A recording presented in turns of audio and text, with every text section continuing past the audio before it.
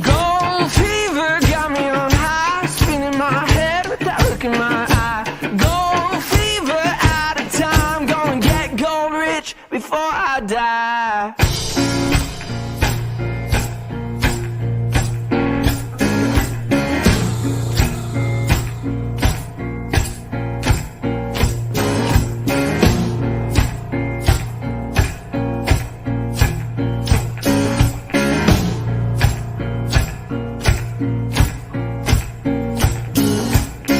This is the promised land. By the end of the day, there'll be gold in my hand. What you find, don't tip the scale. Don't you know Eden ain't for sale? Been down every mine in this town before.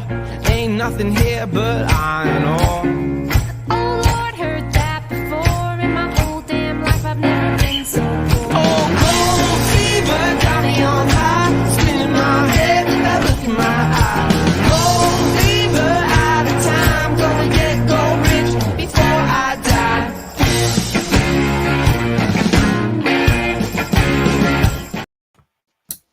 What's up, everybody? We're jamming. There's some Little Hurricane, Gold Fever. We've got the man himself, our friend from Montana, Prospecting 406 in the house.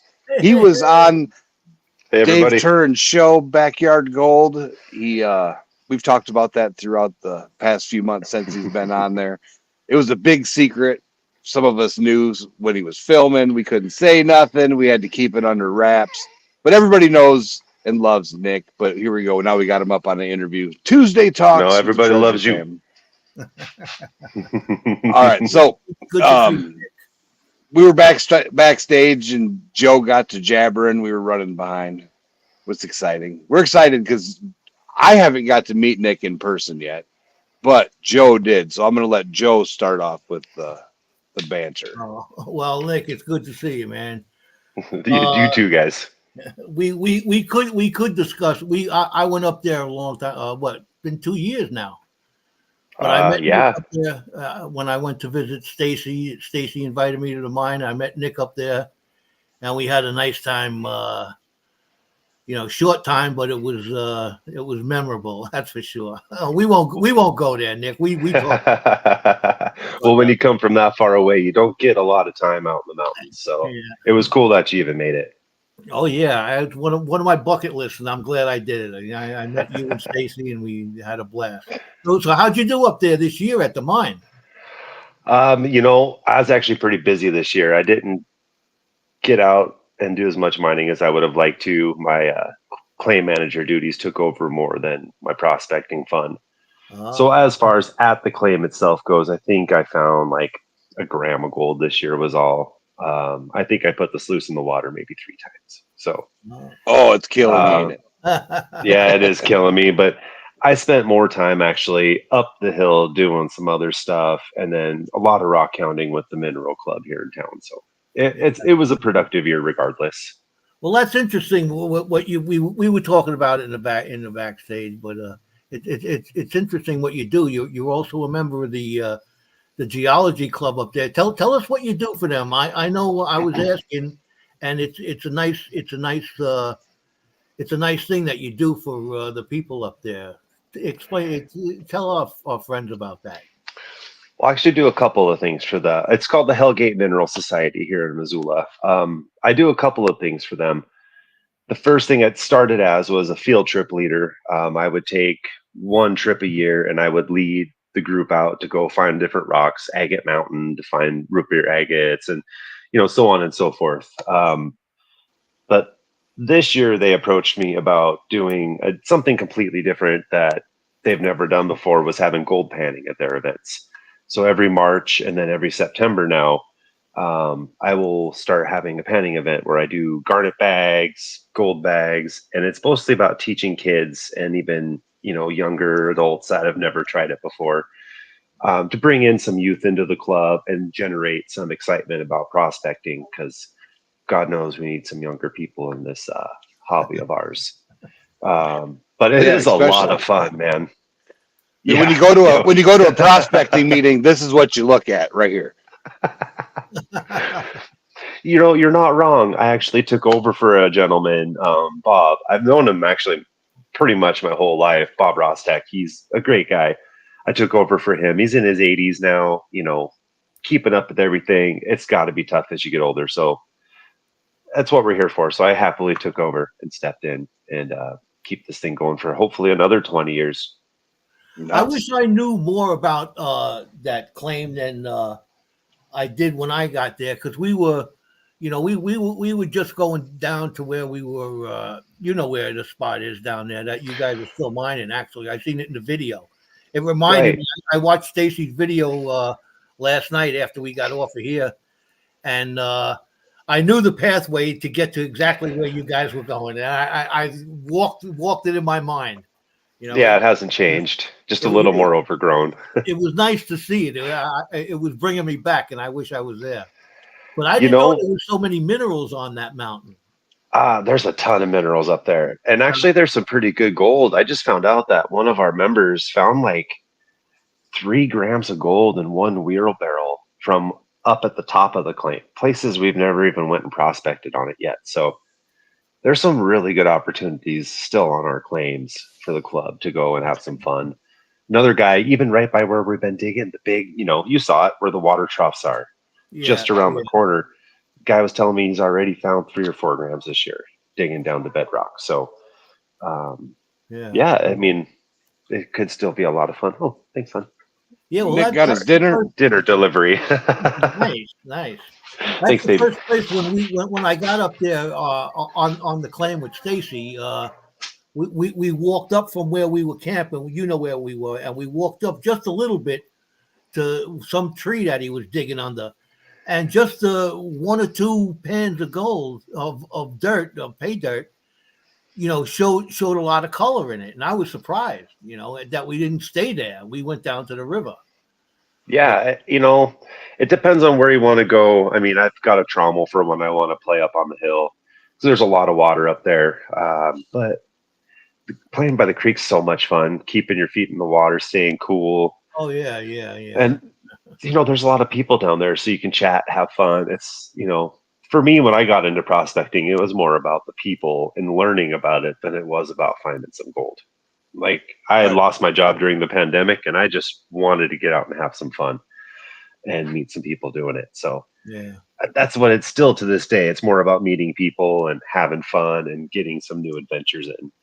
The camaraderie. Speaking of the people, honestly, we've got some chat. We got some chatters. So we got Reg Lab in the house, Renee Vester, Chris Miller, DB.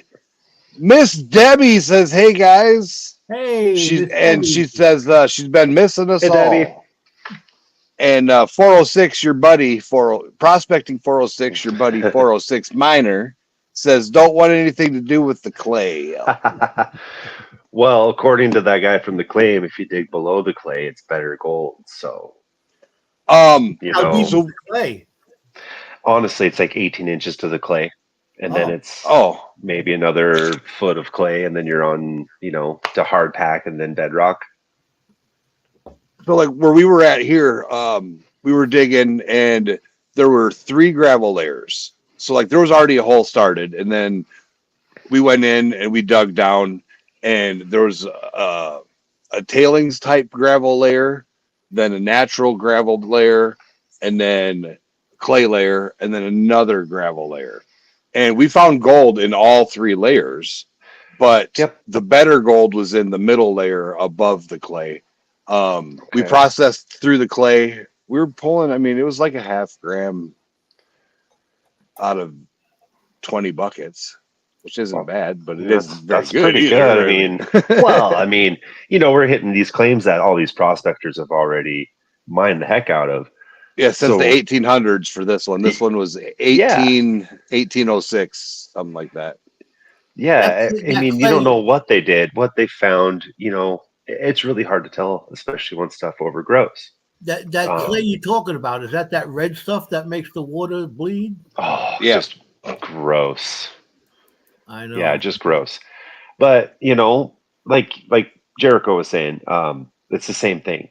Even the organics at our claim, because, I guess it depends on which part you're digging at, but the main place where everybody digs, you can just start digging and mining, and you're going to find gold from top to the clay pretty much not much in the clay, if any at all. And then once you get below it, if you hit a good spot and find some river gravels, you might hit a really good, gold streak like those two guys did this year.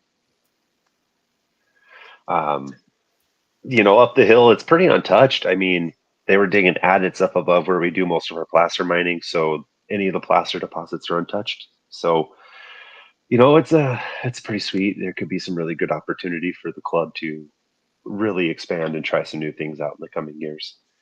So speaking of, what do you have planned for? Well, first of all, what are you going to do this winter to prepare for your upcoming season?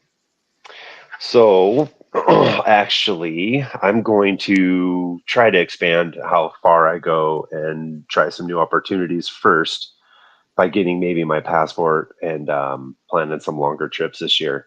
But not just that. For those who know and those who don't, I've been working on staking my own claim. And I'm basically there. I'm ready to put the paperwork together and get it filed. So corner posts are up. I got to give a big shout out to Trav and Stacy because they did come up with the initial prospecting and stake posting when we put the notice of intent and not the notice of intent, excuse me. Some of the paperwork you have to have to shows your name, when you staked it and whatnot. It's escaping my brain for some reason at this point, but they came up, they helped me get all that up there, and we brought the first sample down from Spider Mine, and then our first placer samples as well, which were better than anything we'd found down the hill so far. So my goal is to finish getting that staked out and claimed up, and then prepping for that, planning on opening one of the adits and really starting to kind of push into that while still working some of the placer materials as well. Now, are we going to see you? Are we going to see you at the end of May, beginning of June over here in North Carolina for the spring dirt fling? We've been at you for the past year and a half-ish. There are some people coming from your area that are willing to carpool. Travis is going to be driving by you. He's supposed to be snatching Stacy by his ears because he's short. Yeah, come on. I came out there to Montana, man. I roughed it up there. Well, I made a promise to my wife that I would take her to New Mexico to see her family before I drove that far to the East Coast. So it's been like 5 years since she's seen her family. I've got to take her down there or I'm going to be in deep trouble. That's that right. You know what I mean? We'll see how it goes. If I can swing it, we'll see how it goes. I just got to pick up some side work this year, and that'll depend on how many early trips I can take this year. But I would love to come to Spring Dirt Fling because getting gold from different areas of the country is kind of what I'm shooting to do. And we got a variety of locations that we're going to be going to. And then Joe has gotten to dredge. He's gotten to run a trommel. He's gotten to run a high banker. He ran the fire hose at the big wash plant.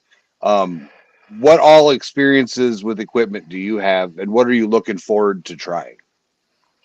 Actually, dredging is kind of the one thing I really would like to have a try at. It looks a lot of fun. And not even just what they do on the TV, man. I've known some people that there's a place in Montana you can go dredging, and I know there's people that have done it. I've seen some of the gold they're getting, and it looks just like so much fun and a lot easier than just digging and digging and digging. Oh yeah, I enjoyed that when we were down there.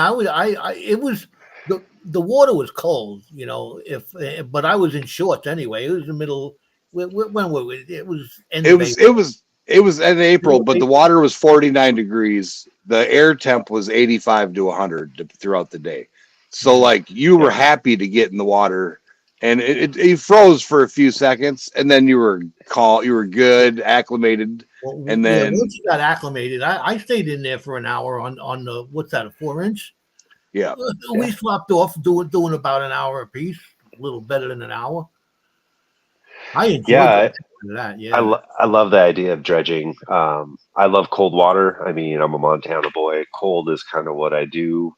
It's, I was out there this weekend with mid 30-degree water, no gloves or anything on, panning and sluicing. So it's getting ready to snow there, ain't it? It could. Montana's the land of extremes. It could snow tomorrow. It could snow in January. I mean, we could have a 70-degree Thanksgiving. It's crazy here. Last year was actually really cold. We got snow in mid-September. We barely got the claim closed before we got snow. So I'm just hoping for no snow before this coming weekend so we can get the claim closed again.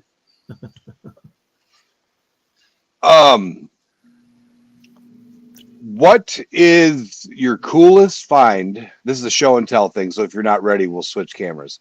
What is your coolest find, rock gold relic, and where did you find it? What's the circumstances? What makes it cool?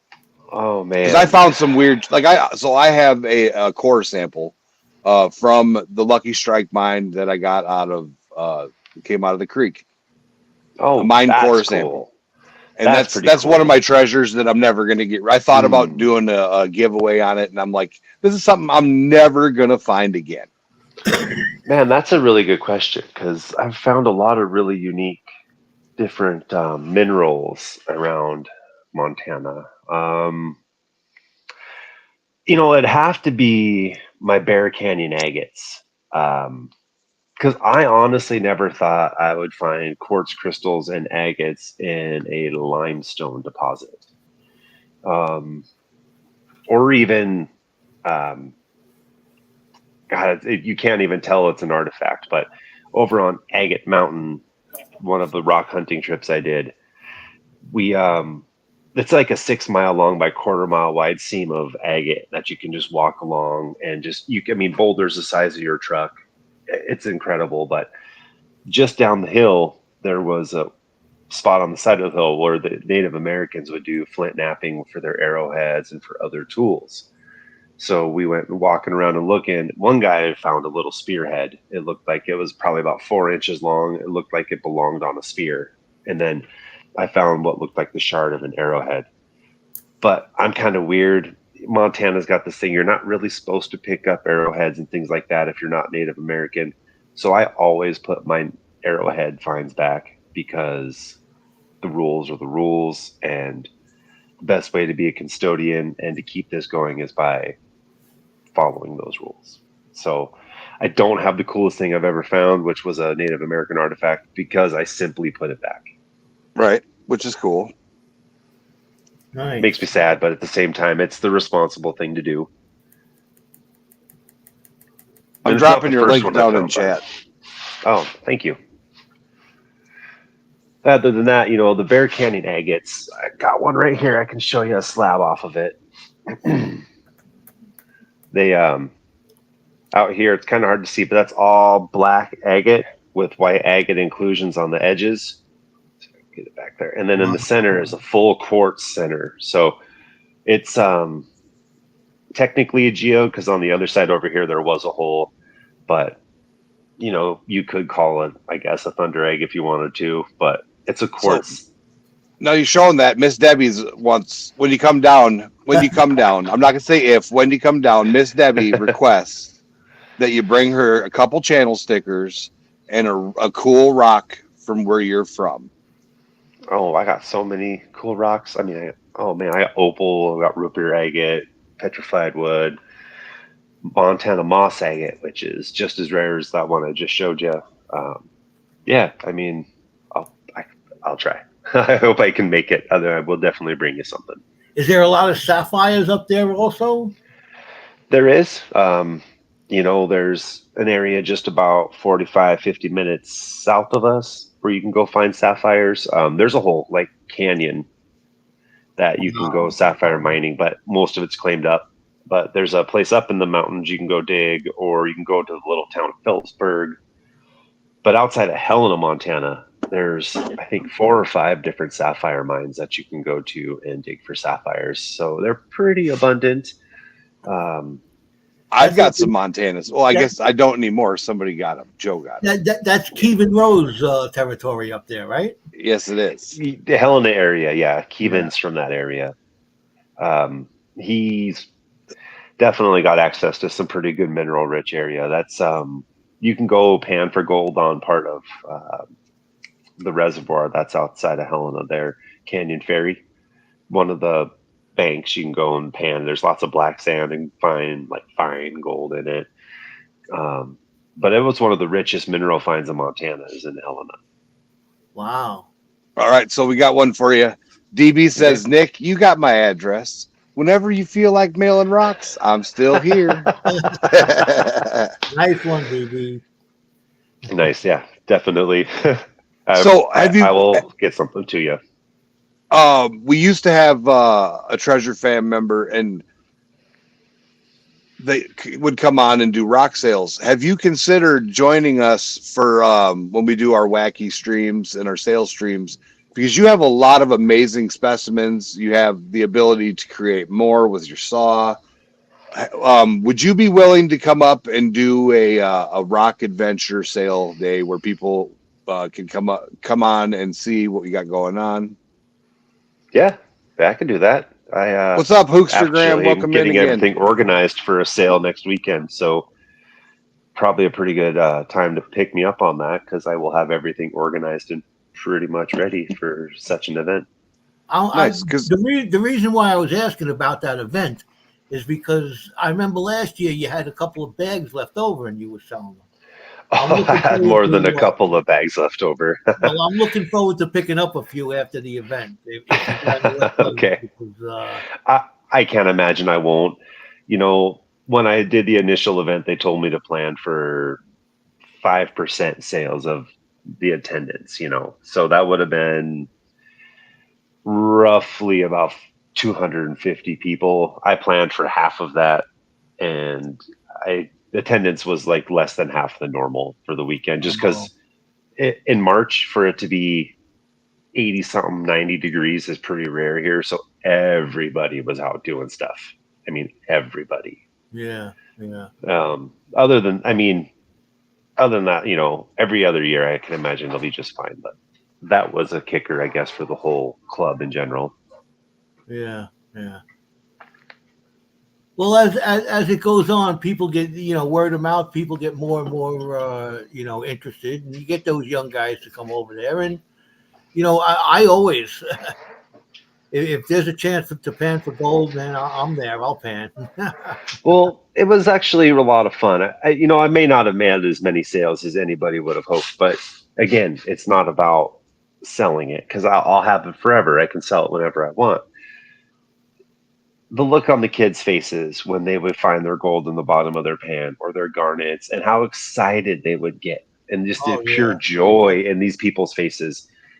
It was priceless. You can't replace that. You just can't.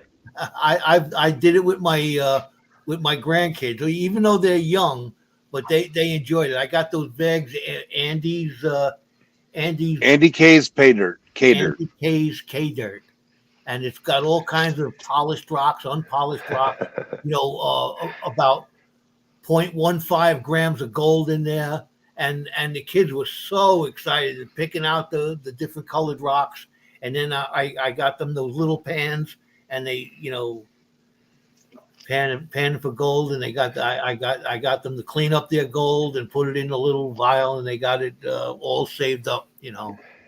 It's a memory that they'll never forget. Yeah. It's amazing. I love doing it. It's so much fun. I mean, teaching these kids. I'll take one of each. I'm not picky. One of each of what my pay dirts. Your rocks. No. She don't care about gold. She works at a gold mine. She don't care about gold. She wants the rocks, man. I told you, she wants the rocks. That's funny. That explains why she asked for all those garnet bags back a while ago. Okay. So I do have garnet bags I use for the kids to initially learn. Well, that was DB. That was DB. This is Miss Debbie. Oh, Miss Debbie. Oh, I'm sorry. But she would like a garnet bag, I'm sure too. But I'm sure she's got garnets coming out of her ears. One of the things I was wondering. So you were on the Dave Turin show. Yeah. We've talked about that a little bit since then on different streams. Has any? I'm trying to phrase this the good way. Did you get what you wanted out of that? Or did you even get anything out of it at all? And not even financially. I mean, what you wanted You know, for to be honest, connections or Your to brand, be knowledge. honest, Your I brand. actually did get some knowledge from him. I had some ideas about places on the mine, places to dig, and he confirmed my suspicions of, yeah, I would dig there. And so far, the two people I've pointed it out to have done pretty well in that area. To be honest, going into it, I didn't really expect a whole lot. I was really there to support my buddy Alan because he called me with this opportunity and said, "Hey, I would like you to be part of it. You're one of my silicone guys. You know, you've been one of my silicone mat dudes from the beginning, so I'd like you to be part of this." Meeting Dave Turin was the big bonus because him and Todd Hoffman are like my two, I guess you could say, gold gods. They're the two I kind of looked it up to, the ones I really did respect when it came to how they did their stuff. And getting to meet him was really the big bonus of it all. But then getting some of his knowledge, and then the actually experience was kind of fun. It didn't, of course, get edited the way I expected it would with 8-9 hours of filming. I definitely thought that it would be a little different. But in the end, I mean, I'm not complaining. I got to do what I wanted to do and show everybody why I do it. I guess the only thing I'm really disappointed at is that they didn't get in depth with us like they did with some of the other people, and they didn't check back in with us to see maybe where we had gone and how things had been going for us since then. Like Kevin, he was at there the is show a and new his wife passed. I mean, you know, there's I a new started to claim- season coming, and they are talking about revisiting, so that may be coming next year. We'll see. That'd be cool. You know, things have changed a lot for all of us that were in that show. The three of us specifically that were highlighted, things are a lot different for us now, though. So, you know, and if they call, actually, that's not true. They did reach out to me. The dude only wanted to talk to me, though, if I had my own claim at the time. So he didn't know I was on the show originally. So when I told him I was on the show already, he kind of just like bounced. Yeah. So it's fine. I had my 15 minutes of fame. If they call me for an update, sweet. If not, hey, it is what it is. Hey, you get your update here. There you go. Everybody here gets to know what's going on. I'm working on my own claim. I've got two partners that are helping me out with it, and things are on the up. So can't complain. I mean, just think about it. You've now joined the greats of Todd Hoffman on our live stream. Yeah, it's kind of cool. You've had a lot of cool people on your live streams, so it's been kind of cool watching it. We've been fortunate. We've been very, very fortunate. We've got Fred Lewis coming up the beginning of October. Ooh, there's another guy also, I applaud for his way to push forward and persevere, man. I mean, he may not have been as successful, but guy tried his ass off. He did. He, you know, he got the bad end of the stick most of the time, you know. Yeah, I mean, really, he went into that with what, 1 year of real knowledge on what he was doing, and not even. I mean, you know, I mean, 1 year working with Parker, and how much do you really learn in 1 year? Not much. I mean, I'm surprised in 4 years I'm already on my way to being a claim owner. Like it's incredible how things are different for other people. But I wish him nothing but the best. So you mentioned your wife. Mm-hmm. We know you also have mini yous. So yeah, how do you balance? How hard is it for you to balance happy wife, happy life, happy Nick prospecting time? You know, my wife's actually extremely supportive. To be honest, if it wasn't for her, I wouldn't even have probably started prospecting. She literally, I mean, if I want to go, I'm stressed out, or if Travis calls, he's like, "Hey, I'm going to be in town." She's like, "Okay, I'll figure it out. Let's get it done." You know? Sweet. And when it came, like I mentioned, I lost my job at the beginning of the pandemic, quite literally at the beginning of the pandemic. And she could tell I really needed something to break the monotony of the day. And as I was binge watching Gold Rush, she just said, "Dude, go buy a gold pan, get some buckets, and go find somewhere to go spend the weekend with your kid and go relax." Yeah, you're And right. I've been Yeah. hooked. And I've been hooked ever since. Well, actually, I didn't know where I could go legally. That's kind of the hard part, especially when no one will even tell you anything because everybody's so secretive in this community sometimes. Really? Yeah. Oh, yes. Yeah. Go figure, right? And I went to Libby, this like recreational area. It's blown up. It looks like a bomb went off, and it I didn't does. find much, but it was fun. So Oh, have you speaking been of finding, I see the videos because I do research. When you talk about the legality, I contacted the National Forest people. I've contacted different places because we moved to North Carolina to come prospect in different locations. The laws are weird state to state. So in Wisconsin, the people own the water. If you can float a kayak, you have access to said creek and the land around the creek in order to portage if there's a tree in the way or whatever. You get natural flood zone. So you can Right. technically dig in Wisconsin in the creek and in the natural flood zone because that is owned by the people, not the landowner. In North Carolina, it's supposed to be the same way, but they shoot more often. Yeah, in Montana, you can't do that. Now, you can portage on other people's property, but you are not allowed to dig other people's minerals. The best you can do is just get up. You can get 30 feet from the bank of the river, and that's it. See, That's there's no, mostly for and fishing. Montana has claim. Montana, you still can state claims. In North Carolina, it's a little different. In Wisconsin, it's not plausible. It's crazy how different it is from state to state. It makes no sense. And you'd think that the I guess mining it does. law. So there's a federal law that gives us the right to prospect. There's a federal law. It's the 1849 mining law. And it gives us the right as people to prospect for minerals on federal land. Right. So I contacted the National Forest. They're like, well, you can't dig in the water and you can't be in these creeks because they're scenic. And the roads are shit.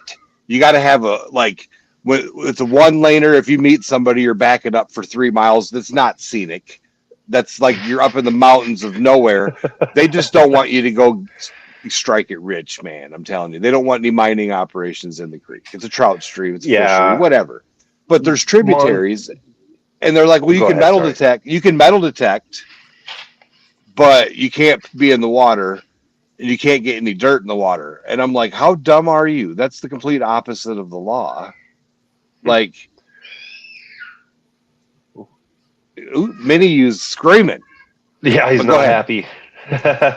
No, I'm in Montana. It's kind of similar, but yeah, you got to be really careful around here because you don't have to legally like mark your claim other than the corner posts in Montana. So you have to be really careful when you're walking around here if you're gonna try to do some panning. And we know there's claim jumpers. Is We that know the there's only claim way? jumpers in Montana. there's a lot of them, but the Forest Service has this really stupid rule here because we have grizzly habitat that unless the claim is within 300 yards of an established road, they will not give you open access to your claim. You have to hike in and out essentially. I don't know how true that is because just up the road from where our claims are, there's people up in the mountains with big mining operations, so with like double trommels and the works. So I'm sure there's ways around it. It's a matter of figuring it out, but it's just another one of those rules. Boy, What'd you say, Joe? They don't have any gold here in New York or minerals, and even if they did, if you dug them up, you'd have to turn them over to the state because they own. Don't you guys have ℍ𝕠𝕠𝕕𝔚 diamonds there? Yeah, they do, but the state of New York owns them. Yeah. The state of New York owns all minerals and all mineral rights. Yeah. So if you go and dig gold, you have to throw it back so it grows. What's up, Jack Gallman? Good luck to the gold gods, I guess. I guess Hercules diamonds. Yeah, you could go up there and they're not going to bother you about that. They don't want no gold operations going on like But anything here is fly poop worse than you guys over there. I've seen the fly poop you got, but there's speckles over here, if any. So I Now, we don't get know. good gold down here if you find it. Oh yeah. What a lot of people are finding, they've upgraded their equipment in order to increase their gold production. However, the stretch of creek that I'm speaking of had 57,000 people mine it in the 1800s. These were slaves, 57,800 slaves. So, and they dug between 4 and 6 feet deep. Now, if you can go below 6 feet, you're good to go. That's dredge action. So it's Water unless you're table. really tall. Unless you're really tall. But I'm not tall. So I was following Charlie. Charlie's walking and it's up to his knees, and then all of a sudden I'm like, bloop. Yeah. But anyways, people are finding that the gold's not replenishing. So they're gonna have to find new areas, and it's very difficult. So how do you go about finding new locations to prospect? What do you do differently? I used mine data, the GIS studies, and LiDAR, and I'm sure we use a lot of the same tools. But is there anything you use that you love, that you find the most information on for areas to, if there's minerals available, if you can go there? So I usually used to start at this website called the Diggins, which would just give you a general idea of places to start looking for. Then I'd hop over to the MLRS system, see if that general area is still under claim or whatnot. LiDAR I've never actually used, which I probably should. Would have helped me finding this place I'm staking probably a lot sooner. But most of the stuff I do is boots on ground. Free LiDAR, ℍ𝕠𝕠𝕕𝔹𝕚 is the app. It's ℍ𝕠𝕠𝕕𝔹𝕚, and I'll help you set it up to where it'll show you. But it actually gives you shaded relief to where you can see where there was digging, and that's how we found and picked the location where we went, and we were getting really, really good gold out of there. Okay. There's actually a spot 333 yards as the crow flies from me, where there's a hole, a perfect circle in the middle of the woods. And it shows it on the LiDAR. And then I went back to the 1905, 1915 map, and there was a building on the creek and 3 little buildings around this hole and a road to it. The road's not there anymore, and none of them buildings are there anymore. So I'm thinking there's a little mine action back there. I don't know what they were mining, but okay, I do know.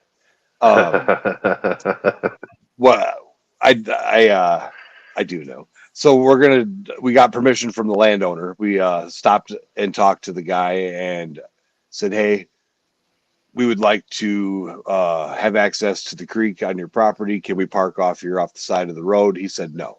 You could park over here under the tree so your car doesn't get hot and you don't have to carry your stuff so far. and I was like, man, that is awesome. He's like, that's nice. That is awesome. And we found, we use a website called Rock Hounding Resource that gives you GPS coordinates to where someone has found the thing they say that it's there. So now there's a disclaimer. They don't know who owns the land. They don't know this. They don't know that. You have to find out if it's public access or if you can go there.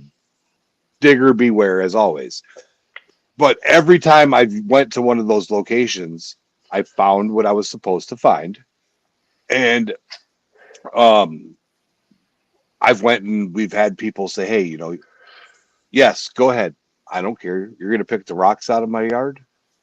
Yeah. Most people don't care if you're rock hounding. They don't. Gold and deer hunting seems to be a bit of a different story. But rock hounding, no one cares. Wow. Now, when you have you had the look? Have you gotten the look? Like, have you gotten when you tell somebody, so you're a gold prospector? Like, I got that. Yeah. A couple of my old friends from high school, yeah, they were like, "What? No way." Yeah, so I went to a new doctor. I met my new doctor, started going, since we moved down here, I have to get new doctors and specialists and whatnot. And they're like, so what made you move down here? I'm like, gold. And they look at my wife like, what? Really? And she's like, yeah, it's fun though. I get that all the time here in New York when I tell them I'm a gold prospector. I get weirder looks for being a rock hound than I do for being a gold prospector. Like, if people don't know the word, they're like, "Oh, what? A rock hound? I go look for rocks." Oh, huh, that's weird. No, not really. I can cab them and sell them. It's not weird at all. And a lot of people don't realize, and I didn't initially. So I'm from Midwest, upper Midwest, Illinois, Wisconsin, and there's Lake Superior agates. And I've seen them literally millions of these things in my life that I've thrown in the water, trying to skip them and bounce them, and they're everywhere. Like, they're everywhere up there. But I did not realize, one, the beauty inside until I seen people cutting them. Yeah. And I didn't realize that I was throwing $20 here, $15. I had one that was this big that I threw off a bridge. Oh man, throwing away money. And I didn't you know what I'm saying? Like, it's crazy. I do. I mean, I would never have thought I could take a rock this big, that's about this thick. I don't know how my camera face is, about that thick, and turn it into a necklace that you could sell for $50 to $80. You know? Yep. Oh, come say goodnight, buddy. Speaking of mini me's, come here, little buddy. Oh. What's up, little man? Say hi to everybody, little buddy. Hi. How are you? Hi. You say I'm 4. You're 4. You're 4, I huh? can't hear you guys. All right, can I have a hug? Good night, bud. But your glasses off. Because they were reflected. Listen. Good night. Good night, buddy. I love you. I'm So an emotional support human. So when are you you say about 2 more years you'll be taking him out panning? He already comes out with us. He tries, obviously he hasn't got the, hand coordination for it yet, but boy, he loves to come out mining with me. Sweet. He literally wants to do everything I do. So if I'm in the water, he's in the water. If I'm digging in the hole, he's digging in the hole. It's pretty cool. That is He's cool. Awesome. My oldest doesn't like to get dirty, but he still comes out with me and does his best to have fun. There you go. Yeah, He can play in the creek. I appreciate the effort. Yeah, He'll stay he likes clean to in sit the back water. and play cards.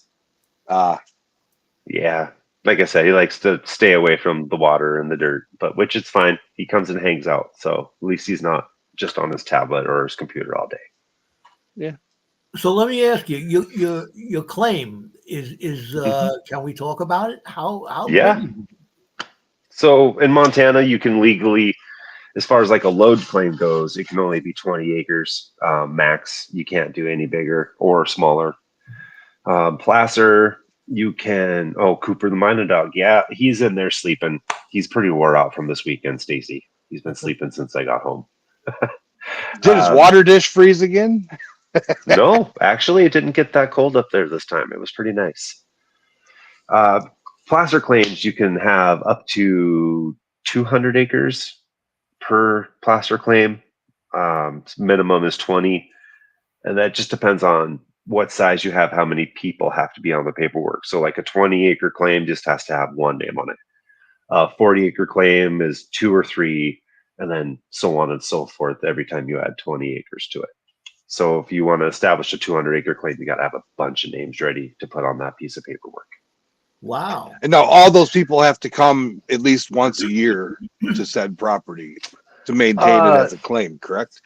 No, you just have to do X amount of work per year that qualifies. I think it's like $1,000 of work per year minimum. So like, and that could be the hours. I get paid $1,000 an hour, so shit. Let's just go do an hour and you're done.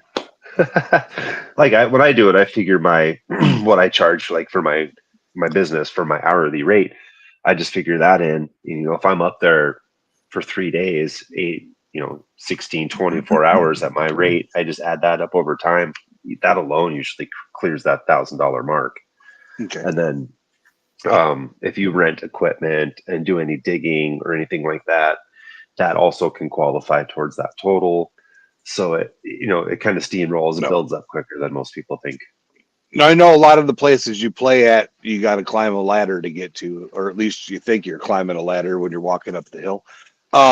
Is it possible for you to get like a little track hoe up there, or any of the Not right now. not smaller sized equipment to get up there? Not necessarily like the little garden. It's like a little garden tractor, but it's a track hoe. Yeah, I know what you mean. As of right now, there's no motorized equipment allowed on the trail up to it at all.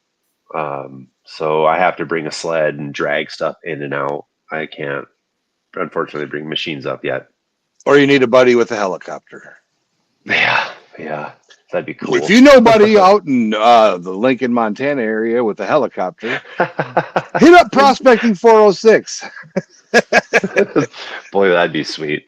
Nick, Oh, are man. you above the Lincoln claim? Yes. So you Oh yeah, as the I didn't know crow if I was flies, supposed to it's- give that away or not, but Yeah, I mean, I'm not going to say exactly which way or anything, but yeah, it's definitely pretty far above the So Lincoln you have to claims go that we through have. them. You have to go through their property in order to get to yours? It's a starting point you can take. It's not the only starting point that you can take, but it's one of them. Oh, interesting. it's adjacent. Yes, adjacent-ish. It's where you been adjacent-ish, Joe. Yeah. You were in the general area, Joe. Let's just say I don't know because of the elevation if you could handle the height. Well, because that's what he was saying. Yeah, there you go. Joe's like, man, Oh, I mean, it's about 2 to 2,500 feet higher in elevation than where the placer claims are. oh, wow. Yeah, it's not a short walk. It's not an easy walk at times. There's a couple of pretty steep uphill inclines that make it hard for even me if I haven't had a good night's sleep. So I hear you, man. Yeah. I know So the if you- incline. I've seen it, but that's why I was asking where exactly it was. yeah.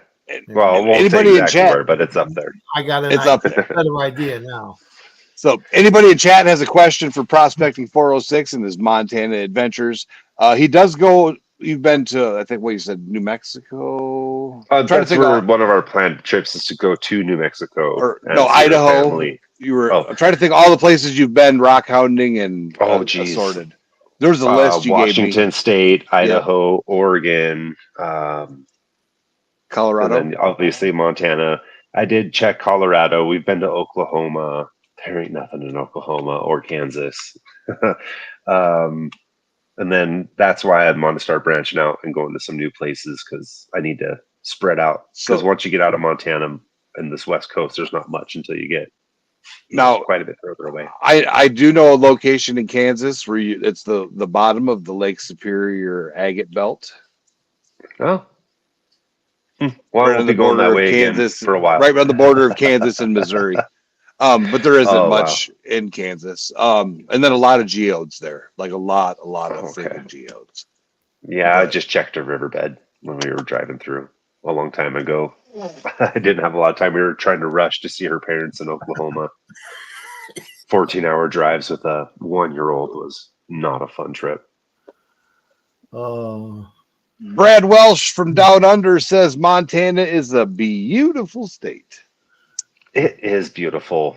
That's, it's called the Treasure State and the Big Sky State. And besides all the treasures you can find, really, I mean, it is just beautiful around this state. We were talking before about when that night that me and you met. You came down to the campsite and we were hanging out there, standing around the fire and that moonlight with the trees on the side of that up on that mountain. It was amazing. That was that's what I pictured Montana being just like that. Well, what you really got to experience if you ever make it back here again is if you drive from the west side, from the divide, and if you drive over and then down into the open part of the state. That's why we've got the name the Big Sky State. It literally just opens up and it's like the sky, you're reaching up towards the sky. I mean, it's like it never ends. Yeah. It's just the sky's huge when you get to the other side of the state. I mean, what you saw is nothing compared to what they see on the eastern side of the divide as far as how big the sky is. Wow. It's incredible. I mean, the clouds look bigger. Everything looks bigger. It's insane. Nice. I thought that was Texas. Everything's bigger in Texas. They wish. Montana, though, we really truly are the last place where everything hasn't been completely taken over by anything. You'll find little pockets here or there, but for the most part, we're all just kind of the same, low key, laid back, just want to go about our business and do our own thing. And no one usually judges you for it, even if it's something as weird as prospecting. Nice. So beyond prospecting, I know you're a talented woodworker. How long have you been doing your? So, what do you do for your standard job and then your hobby woodworking? Do they coincide now? They do. So I started off as a commercial contractor, like doing commercial construction, and then now I do residential construction, a lot of finish work, tile work, trim work, things like that. And then it migrated into learning how to do finish work because I don't know, I kind of pick the stuff up quick. It gets kind of boring after a while. So now I build floating shelves, all sorts of types of shelves. I'm building little speaker boxes, Bluetooth speaker boxes, and just all sorts of little things. I buy little tools to try to make it easier for my craft. And even my boss now, hey, we got these shelves we're going to build. Just build them at home, document your time, and let me know what I owe you. So finished woodworking is kind of, aside from prospecting, like my second passion. So if I'm not prospecting in the winter, I'm usually woodworking. Like right now, I'm building a huge deck for a friend of mine in the Gold Club, 40 foot long, 8 feet wide, and it's about 9 feet off the ground. Nice. The woodworking prospector. Yeah, that's a good one. That is definitely a good one. That is pretty good. That's something to think about. But I don't know. I'm registered as a business in Montana as Prospecting 406. So hopefully things can take off and I can start doing the prospecting thing as an actual business. And yeah, have you thought about doing happen. the guided digs and the camp digs and such? I have. I had a guy from Texas reach out to me, but I'm just too busy right now. I don't have the time to take on that kind of a project at the moment. So as you only live once, and sometimes don't pass up opportunity suggestion. Yeah, kind of. But that one guy could be a rich oil dude and have a lot of more rich oil dude friends, and then all of a sudden you're flush in oil money, and your dreams come true. That's true.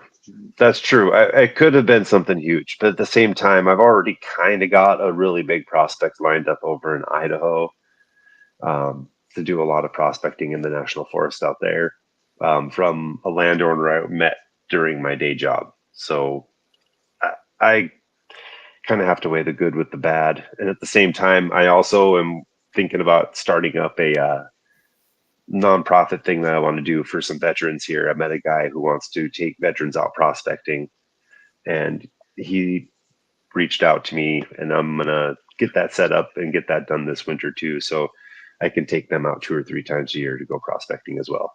I guess he takes awesome. Like a bunch of veterans, brings all the tents and the food and everything, and he just needs somebody to take them out to show them a good time. So I'm hoping to do that next year. Nice. Yeah. Well, I didn't serve, but if I can show my support in any way, that's what I'm going to do. Nice. Yeah. Yeah. So you're about ready to hit that hour mark. Anything you want to cover that we didn't cover? No, man, I think you guys had a lot of really good questions for me on this one. Man, this has been a good time. Put you in Really, the I middle. appreciate this. This has been pretty cool. Yeah, I it's nice definitely to want. be able to, you know, I can I can identify being up there on the claim, you know, and it's easy to ask questions about how we did up there, and especially about Montana. I loved it. I met Stacy here on a chat, and I told him in, you know, when I was typing, not when I was up on the panel or nothing, but I met him and told him that on my bucket list was to go to Montana, and got to talking, and it was like Jericho said, if you know, if you don't do it now, you're never going to do it. So I just up and said, yeah, I'm going. True And story, man. Famous words to live by and die by.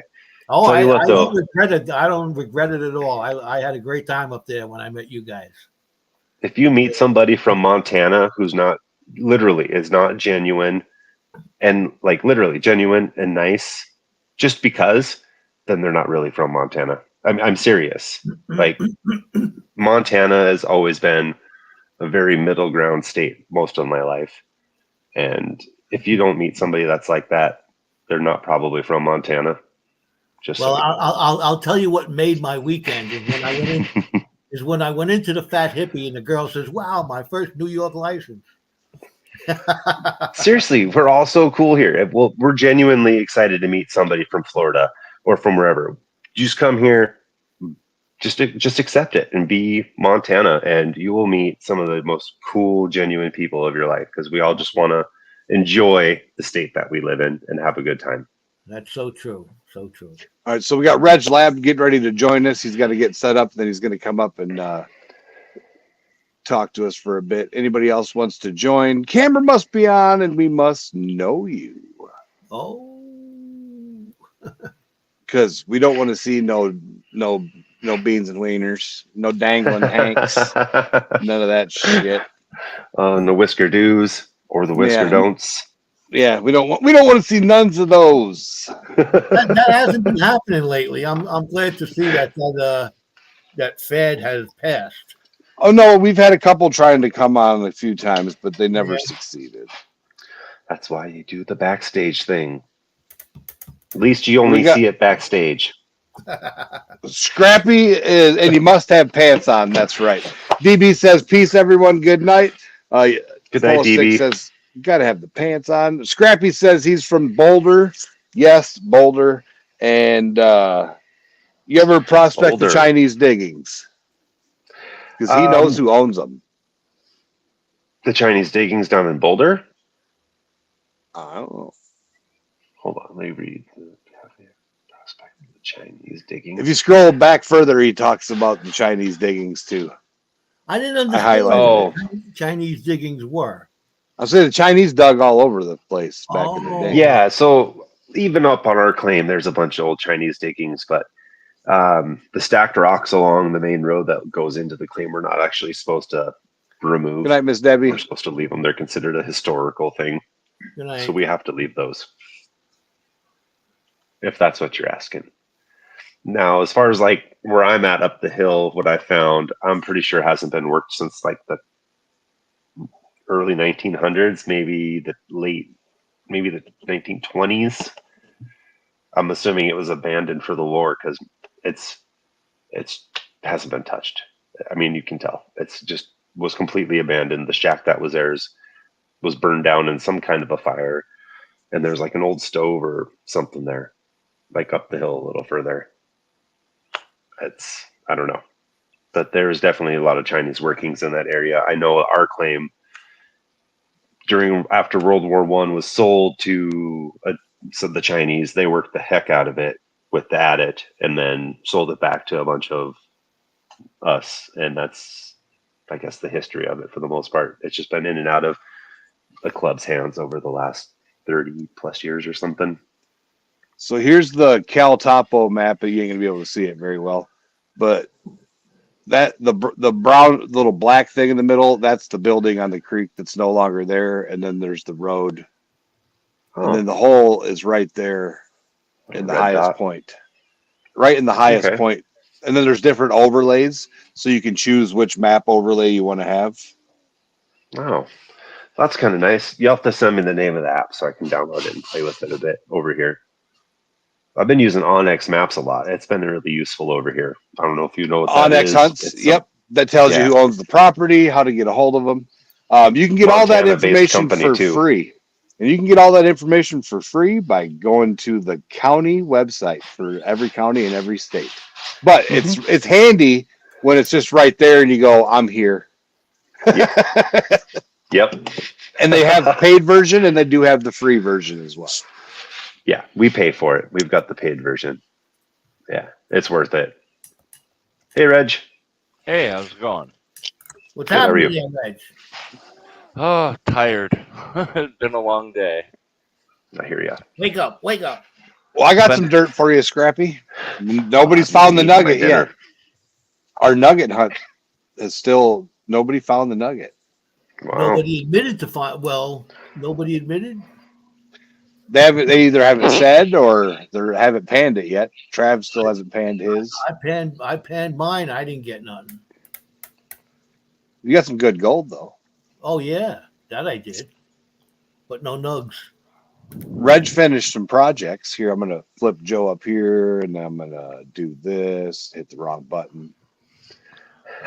You want me to pull it out, huh? No, we just said not do that. Well, that's cool. The most recent pick and shovel piece. Nice. Got Nice. 0.27 grams. And then some peridot clusters, some peacock ore, and it's made with penolite from BC. I just got a bunch of BC rocks the other day from 403. Nice. Yeah. I think they were BC rocks anyways. Ammonite, right? BC. Yeah. That would be Alberta. Oh, no, Alberta. That's right. Yeah, Alberta. So it's just north Alberta, of us. Fun. They were pretty. Oh, Some of them, absolutely. at least. That stuff is something else. So Boy, is it. have you? You're a resin guy. A little bit. I would put a light coat of resin on one. It will maintain its beauty and the colors. And then when you go to cut it, I'm gonna switch this back to when you go to cut it, it'll actually prevent it from flaking and falling apart. I've been That was doing one of quite my a bit of questions for research. Trav. I've been doing research with him and for him. I found a guy that makes some beautiful freaking jewelry. Just so you know, a piece the size of a dime going into a piece of jewelry, they're getting 150. For Speaking of jewelry, yeah, it's a little hard to see, but OPS. yeah. Tried my hand That's at making some OPS pendants. what's My that? wife made one for herself. Ocean Last year. picture stone. Nice. Oh, Yeah. Oh, that's Yeah, we ordered some shards from Dan Dan Hurd. Hurd, and yep. Yep. My wife made a pendant out of hers from Dan Hurd. Yeah. He sent me a big slab of it back a couple of years ago, and I've been sitting on it in my display case. where is Boy. that stuff from? It's only from one place. His claim in BC. Yep. In PC? Where's that? British BC. Columbia. Oh, British BC. Columbia. It's all right, Joe.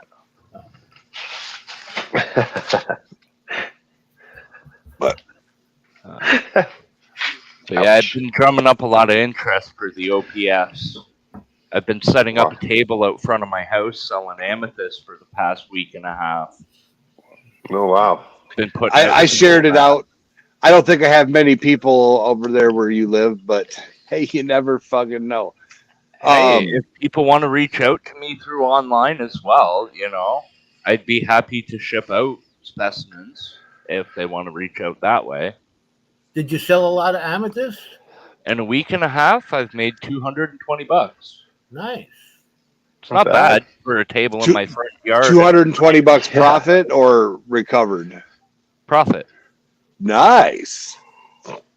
Cost me $60 for 2 buckets of the amethyst.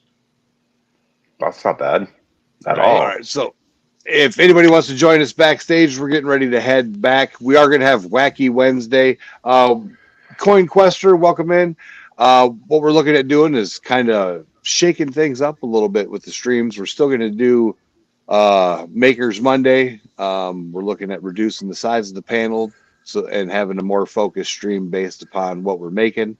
And we would definitely like to have you in one of our Makers streams because you do a lot of awesome stuff, man. You.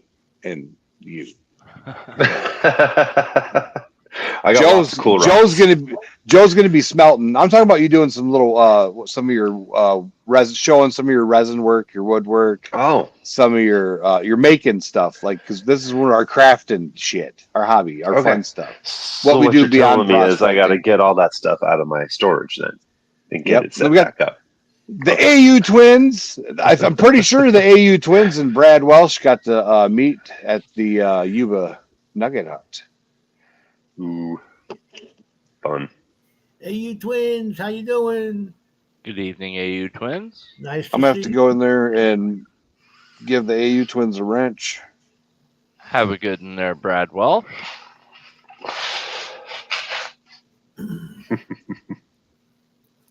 Oh man. Hopefully they're Little going to guys be up up here soon, right there, Jericho? We've been chatting. We definitely need the AU twins back up on a live stream for sure. I know they'll. Oh, you didn't get to meet Brad? You missed out, man. I'm telling you. Like that should have next time, Brad. Hopefully you get to come back because there's some fun people to hang out with. But yeah, we definitely like to get them back up on panel. And and if anybody, they're still looking for a dredge. They got a hell of a deal for you. You want to pop up real quick? I was actually thinking about that. That's not a bad deal. Yeah. So I'm guessing this is Kimberly. If you want to pop up quick and tell them about the dredge you're looking at getting, maybe somebody out here in YouTube land can help you out.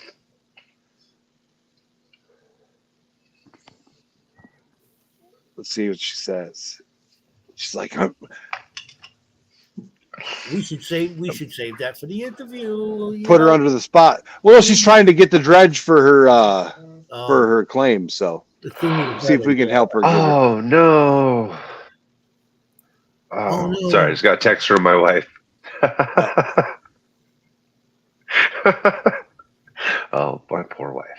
All right. Anyways, sorry. My inner thoughts came out loud there. I couldn't help it, guys. I'm sorry. So she's at dinner, but you know. We'll have to save it for the interview. Yeah. So if you